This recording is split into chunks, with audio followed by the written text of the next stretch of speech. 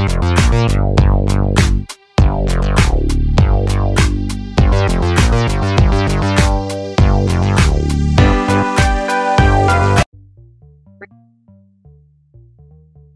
family, it is your boy Optimist Sniper. Bienvenue une fois de plus dans une nouvelle vidéo portant sur le modèle hybride utilisé par les courtiers Forex. Dans la leçon précédente, nous avons expliqué pourquoi les courtiers Forex sont plus attirés par l'exécution B-Book que par l'exécution E-Book, d'accord?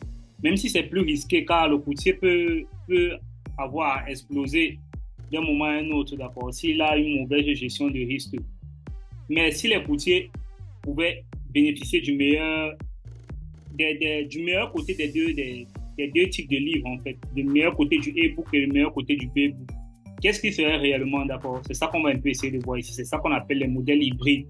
Jusqu'à présent, nous avons appris que lorsqu'un courtier exécute votre ordre, il peut soit choisir de l'exécuter dans un livre e-book, d'accord, avant la couverture, en se couvrant de tout risque, non, c'est ça avec le e-book.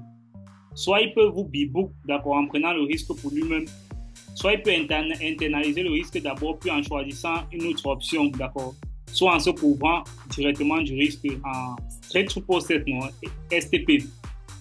Mais un courtier Forex ne se limite pas juste à une seule forme de couverture. Il peut choisir l'une des options ci-dessous en fonction de la commande et du client en fait à qui il a affaire.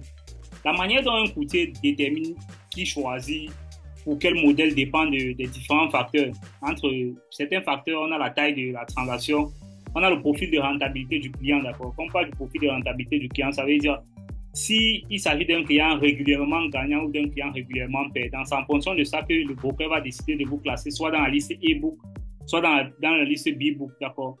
Un courtier peut générer des flux de prix indépendants et des modèles de couverture pour chaque trader, d'accord. Pour les traders sociaux, par exemple, les traders qui traitent sur les réseaux sociaux, les traders qui sont régulièrement les agents marketing, qui sont déjà rentables sur la plateforme. Pour certains traders d'actualité, les brokers peuvent décider de leur e-book, d'accord. La plupart des courtiers exploitent au moins un e-book et un b-book, sélectionnant les transactions qui sont internalisées ou couvertes par le liquidity provider. Ils vont passer à une sélection bien définie, d'accord. C'est ce qu'on appelle un modèle hybride. C'est ça qu'on appelle le modèle hybride. Quand le broker se charge de faire ce travail-là, de regarder quels sont ces traders rentables et quels sont ces traders perdants. Donc, si un trader perdant trade, lui, il va le b-book, il va b-book tous ses trades. Et si un trader rentable place un trade, il sera directement exécuté dans l'IC book. Bien que votre courtier Forex soit toujours la contrepartie de votre transaction, une approche hybride consiste juste à... Le courtier peut décider d'exécuter vos transactions en interne ou de compenser les transactions en externe auprès d'un autre fournisseur de liquidité, non? C'est compréhensible. Une approche hybride permet juste au courtier de commander, non, avec d'autres clients, de passer la commande pour d'autres clients. J'ai bien envie d'écrire, mais c'est long, ça va nous prendre beaucoup de temps. Donc, vous essayez de comprendre ça comme je suis en train de dire. Ou il peut prendre des ordres de couverture ou la contrepartie de certains autres clients, d'accord. Ou il peut carrément ne pas se couvrir et accepter l'intégralité du risque du marché pour lui-même. Ok, là, je vais vous donner deux exemples du fonctionnement d'un courtier qui adopte l'approche hybride, d'accord. Je vous donne deux petits exemples. Le courtier peut diviser ses clients. Il peut diviser ses clients et couvrir les transactions de certains clients, d'accord, et d'autres clients, il envoie directement sur le liquidity provider. Quand on dit qu'il peut couvrir d'autres clients, c'est ce que je venais de vous expliquer tout à l'heure. Ça veut dire que ces clients qui savent que ce sont les clients régulièrement rentables, il va les envoyer directement chez un liquidity provider, c'est-à-dire il va e-book leurs transactions. Et les clients qui savent que ce sont les clients qui négocient régulièrement de petites transactions, il va les envoyer dans le b-book, d'accord. Il va prendre toujours la contrepartie de ces clients-là. Il peut aussi décider de couvrir toutes les transactions d'une certaine taille ou plus auprès d'un fournisseur de liquidité et de conserver le reste des transactions en interne. Ok. Maintenant, qu'est-ce que le broker va faire? Le broker va profiler ses clients. Il va faire un profilage de clients. D'accord. Le profilage des clients, c'est pour savoir qui est rentable et qui n'est pas rentable, évidemment sur le long terme. Je vais un peu essayer de faire un profilage des clients. Je vais vous expliquer comment ça se passe. Il passe le profilage des clients. Dans le modèle hybride, le courtier Forex doit décider quel client se tourne vers le e-book et quel client va se tourner vers le b-book. Ceci pourquoi? Une fois que ces règles et critères fixés sont fixés, le courtier disposera d'un système, d'accord? Il va disposer d'un système de routage des ordres ou un système moteur d'exécution des ordres dont le but sera de gérer les ordres en les envoyant automatiquement soit vers la liste e-book, soit automatiquement vers la liste b-book, d'accord? Le courtier détiendra très probablement les transactions des traders perdants pour lui-même et il va se couvrir contre les transactions des traders rentables. Ce n'est que logique. OK. Cela signifie que les traders qui réussissent seront réservés à la liste e-book, tandis que les petits traders non rentables seront réservés à la liste b-book, où le risque de marché est conservé en interne sur la liste b-book. Pour identifier avec succès les traders rentables et les traders non rentables, qu'est-ce que le courtier va faire? Le courtier dispose d'un logiciel qui analyse la manière dont les clients négocient, d'accord? Ils ont tous des logiciels en back-office qui vont analyser votre profitability factor, d'accord? Ils peuvent profiter des traders en fonction du montant de leur dépôt et de la valeur notionnelle de chaque transaction, l'effet de levier non utilisé, du risque pris ou pas avec chaque transaction ou de l'utilisation d'un stop loss ou pas. Tout ça, ils vont vérifier tout ça. Parce que les traders gagnants régulièrement les mêmes habitudes, ils ont le même comportement et les traders perdants aussi les mêmes comportements. Par exemple, il savait y avoir un modèle de comportement commun parmi les traders perdants.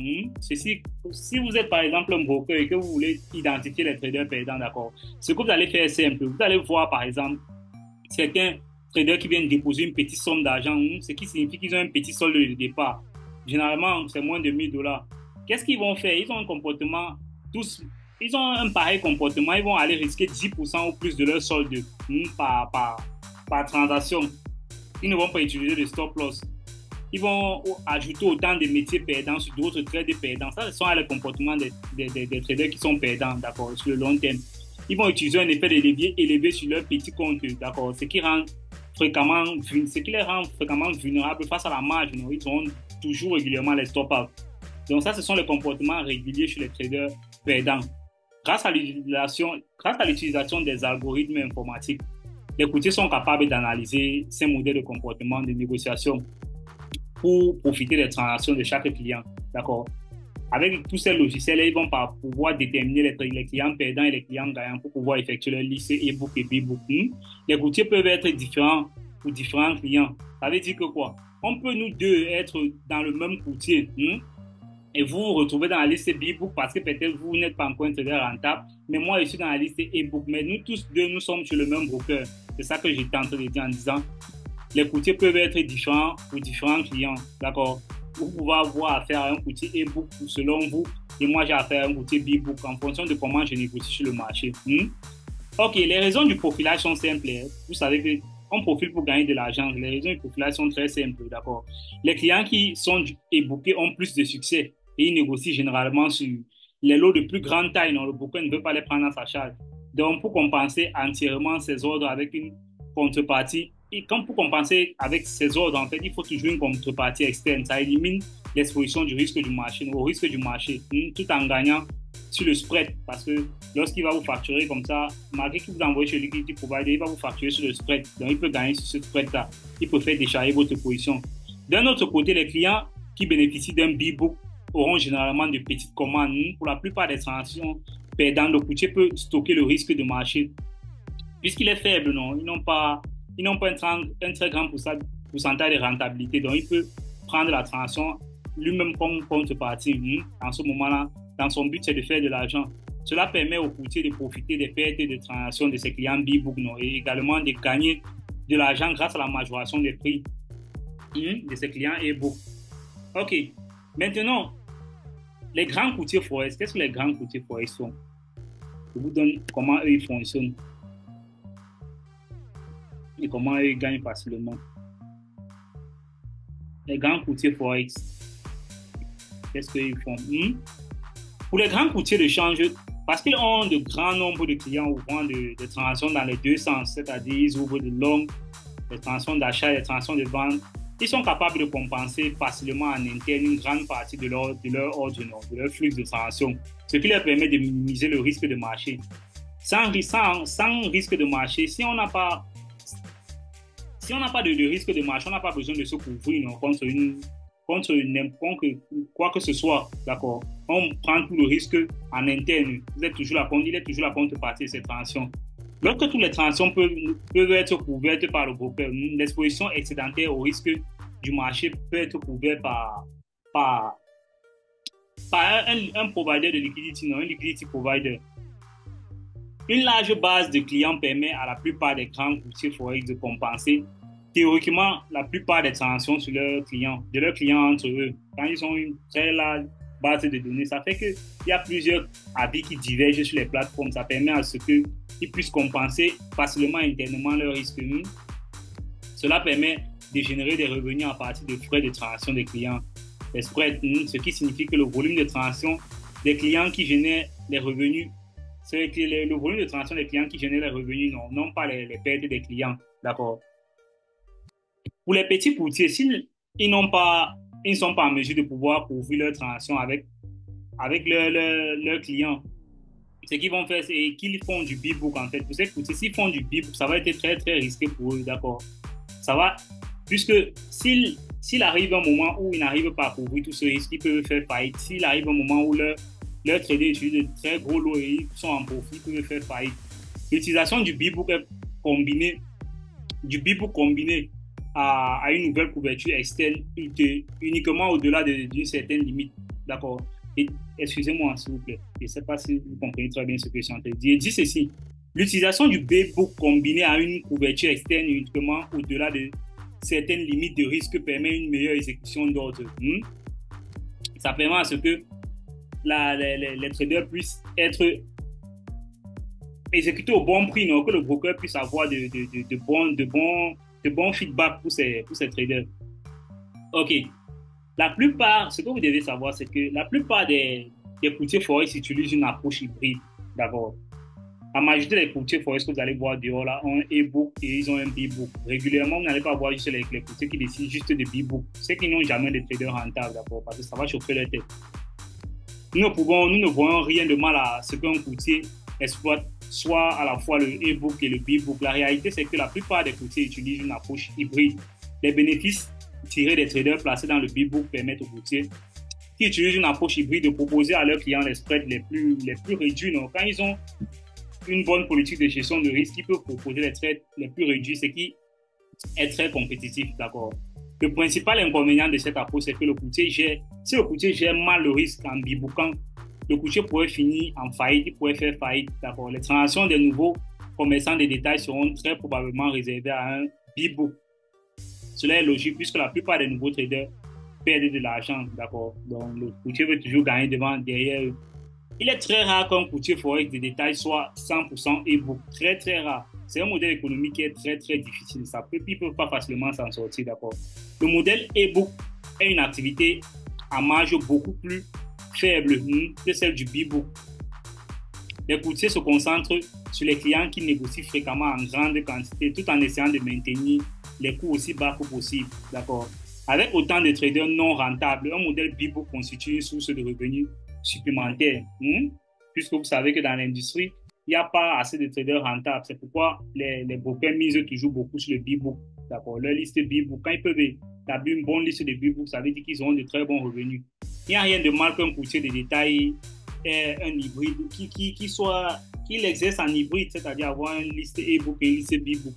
Ce qui n'est pas bien, en fait, c'est lorsqu'un courtier forex commence à manipuler ces transactions en sa faveur. D'accord. C'est là où ça devient pitoyable. La considération la